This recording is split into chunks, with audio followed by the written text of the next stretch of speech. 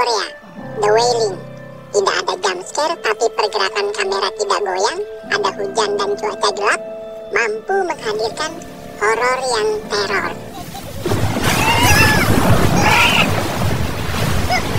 Film bercerita tentang polisi menyelidiki pembunuhan satu keluarga di sebuah desa di Korea. Nah, gosip di desa bilang, semua terjadi sejak orang Jepang pindah ke desa menyebarkan santet untuk mencari tumbal jiwa. Langsung kita mulai. Ini orang Jepang pendatang baru, dia tinggal di gunung, tak punya nama.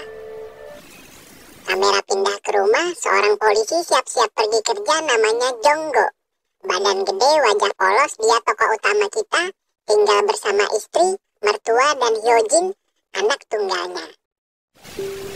Tiba di TKP seperti biasa, Jonggo telat. Suasana TKP masih mencekam. Jonggo melihat pria dengan muka dan badan bintik-bintik, duduk bengong di teras, dia keponakan korban. Jonggo memantau ruangan, ada jasad suami dan istri tewas akibat 20 kali tusukan pisau. Kata teman polisi, tersangka pembunuh ini dia, namanya Park. Membunuh om dan tantenya, anehnya, dia tidak kabur dari TKP. Polisi pindah tempat, Park membunuh 2 korban di rumah ini, di rumah Park. Lalu 2 korban dibungkus karung, dibawa ke rumah tadi. Jonggo melihat tumbuhan jamur. Jonggo dan teman menemukan ruang ritual milik Park tersangka. Semua temuan di TKP terasa aneh bagi polisi. Di tempat lain, pemburu mengangkat rusa hasil berburu, dia terjatuh ke lembah. Bangun dari pingsan, dia melihat rusa hasil berbulu miliknya dimakan oleh manusia aneh, hanya memakai popok bayi. Ternyata dia orang Jepang, matanya merah, pemburu ketakutan. Nanti dia menyebarkan gosip di desa bahwa Jepang jelmaan iblis. Besok malamnya, Jonggo datang telat lagi ketika api sudah padam di TKP kedua, rumah terbakar. Ada 2 mayat dibungkus, yaitu seorang suami dan ibu mertua. Wanita ini menangis, istri korban alias menantu. Tahu-tahu Jonggo diserang oleh wanita kedua yang kesurupan. Besok subuh desa heboh lagi. Pengendara melihat ada orang gantung diri di pohon depan rumah TKP kebakaran. Buh! Siangnya, teman Jonggo menyerahkan foto olah TKP dan hasil otopsi. Dia bilang, aneh Go, di tubuh wanita gantung diri ditemukan banyak luka tusukan pisau. Dia istri korban kebakaran Go. Keanehan lain, kata dia, istri korban itulah yang membunuh suami dan istri mertuanya tadi malam. Artinya, bukan tewas terbakar rumah, tapi dibunuh keluarga sendiri seperti korban TKP 1. Jonggo dan teman penuh tanda tanya. Di TKP, datang wanita menimpuk-nimpuk batu, dia yang menyerang Jonggo di TKP kebakaran. Dia Mo Meong, artinya tanpa nama dalam bahasa Korea. Catat, bajunya hijau tentara sebagai simbol perlawanan Mo terhadap Jepang. Menerobos TKP, Mo bilang pada Jonggo, iblis Jepang telah membuat 3 anggota keluarga di rumah ini tewas. Aku lihat sendiri. Jonggo senang dapat saksi mata Mo Meong. Dia segera telepon Seongbok rekannya. Tahu-tahu Mo sudah pergi, nanti muncul lagi jelang ending film. Pagi ini Hyojin demam tinggi, berdua mendengar suara burung. Siang setelah menjemput pemburu rusa, Jonggo dan Seongbok segera diantar ke rumah Jepang di gunung. Tiba di tempat pemburu pernah pingsan, ini sudah dekat dengan rumah Jepang. Tahu-tahu hari cerah, berubah hujan dan gelap. Beh, pemburu tersambar petir.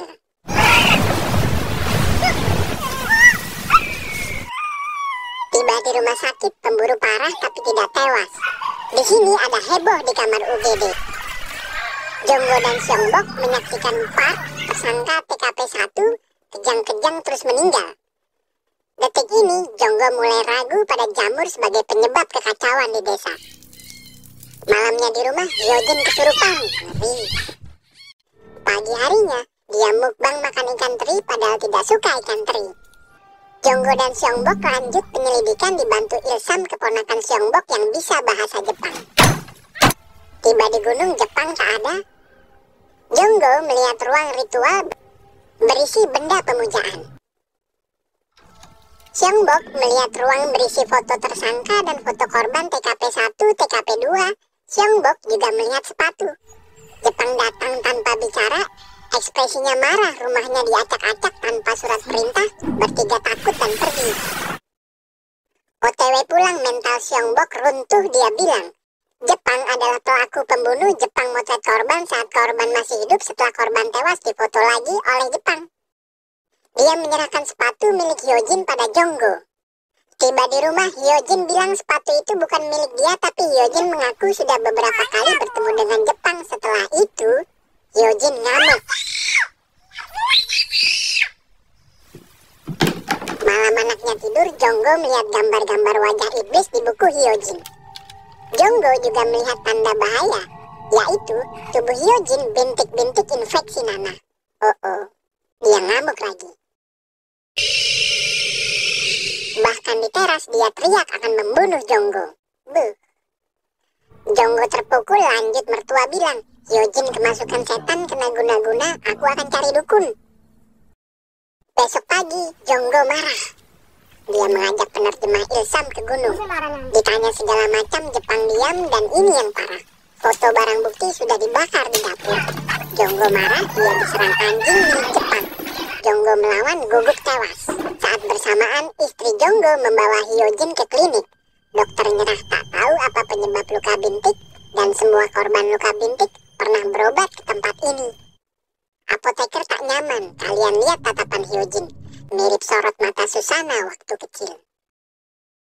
Di gunung, burung gagak memakan bangkai anjing, tapi Jepang tetap diam. Besok paginya gempar, kambing hitam digantung di gapura rumah Jonggo oleh Jepang. Jonggo tak bisa bangun. Dievakuasi istri dan mertua ke tabib akupunktur, Jonggo aman. Tapi dia bangun karena tahu Hyojin di rumah dijaga oleh tetangga, ini bahaya. Jonggo sepoyongan tiba di rumah, ternyata Hyojin pegang gunting, babysitter roboh ditusuk, tapi belum tewas, artinya Hyojin mulai dikuasai iblis. Polisi datang, Hyojin tidak ditangkap.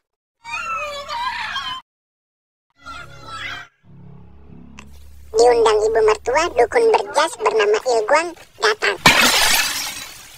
Dia menemukan gagak dead di kentong kecap. Di tempat lain, polisi berada di TKP 3 sumur.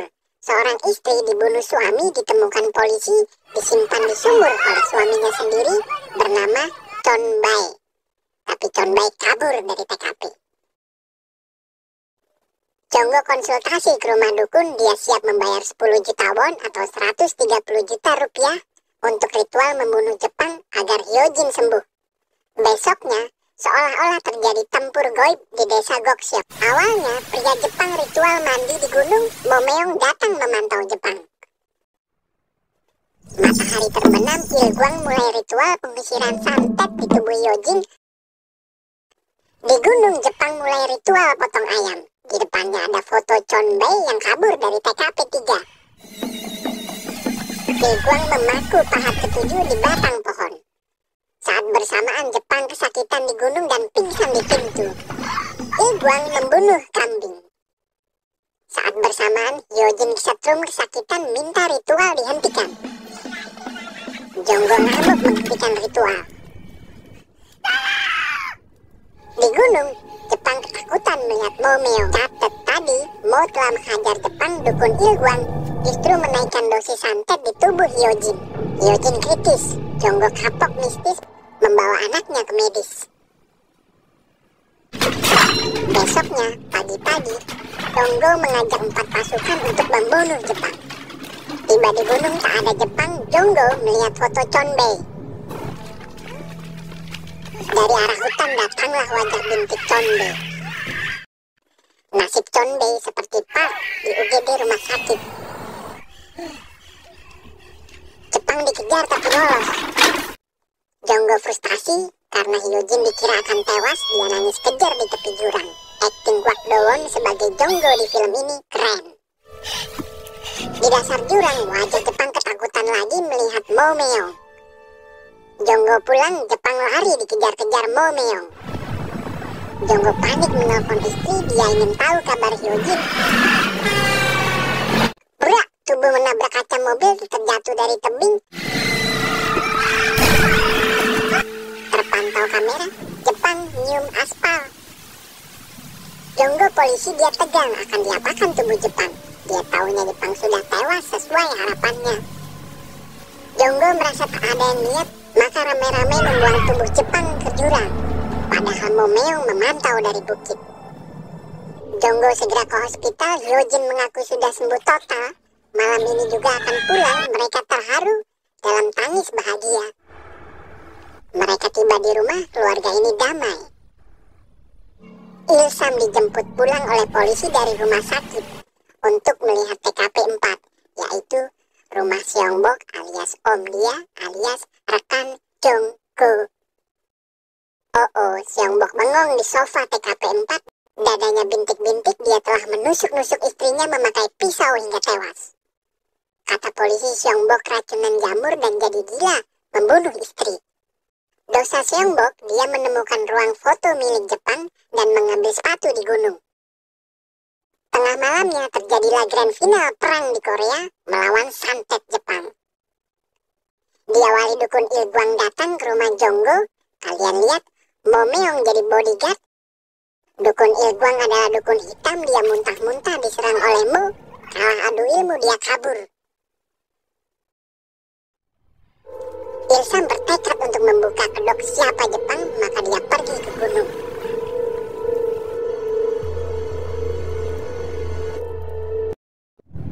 Di rumah tak ada Hyojin di tempat tidurnya. Jonggo cari-cari ke semua ruangan juga tak ada.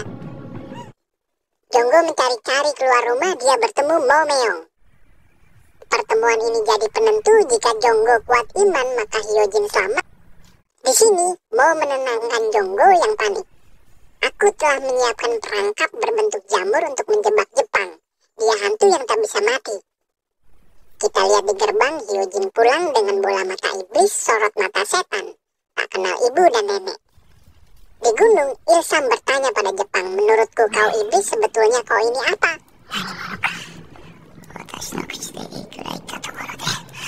Di rumah, Hyojin mukbang rakus makan. Dia melihat keluarganya dan mengincar pisau.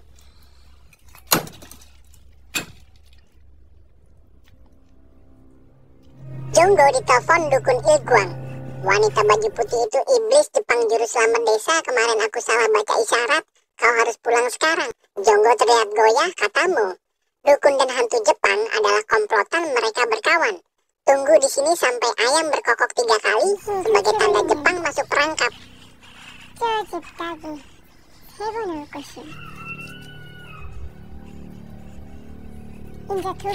Ayam sudah berkokok 1 kali, katamu. Sifatmu bermusuhan dan membuang Jepang ke jurang. Maka itu Jepang datang.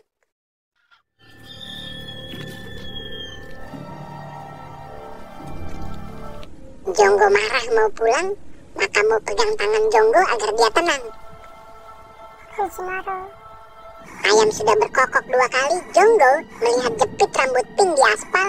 Hyojin punya jepit pink. Mo mengoleksi barang Hyojin yang ditolong sebagai penanda.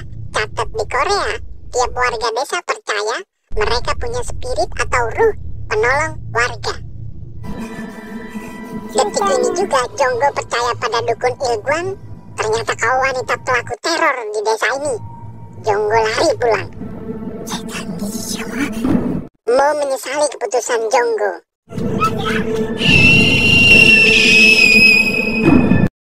Saat bersamaan di gunung, tangan dan kuku Jepang langsung berubah. Jonggo tiba di gapura rumah. Jamur pagar betis penjerat iblis Jepang sudah tak berguna. Jamur seperti ini ada di setiap TKP ditaruh oleh Mo. Tapi manusia yang ditolong oleh Mo selalu ragu. Di rumah, Jonggo mencari keluarganya. Dia melihat mertuanya melantai rebahan tanpa nyawa.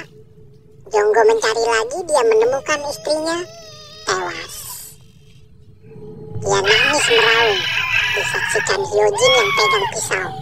Subuh ini berdarah, sekeluarga pasti tumpas, tak ada sisa.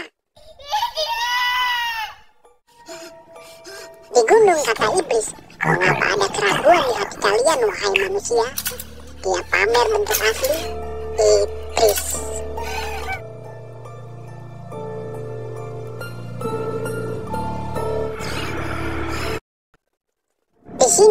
Seong kecewa tak bisa menolong Jonggo sekeluarga. Jamur ini hanya akan jadi barang bukti bagi polisi nanti pagi. Terang datang, hujan turun, Il-gwang tiba.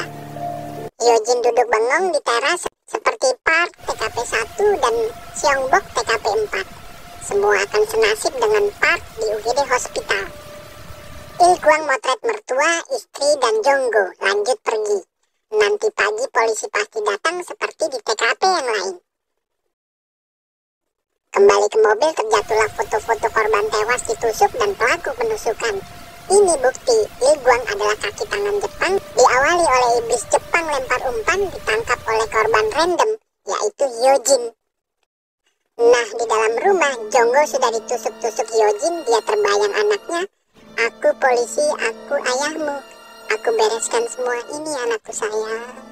Jonggo menarik nafas. Penghabisan. Film tamat. Jonggo polisi, tapi benteng keluarga dia, rumah dia berubah jadi TKP. Film ini keren, jarang ada. Terima kasih sudah nonton.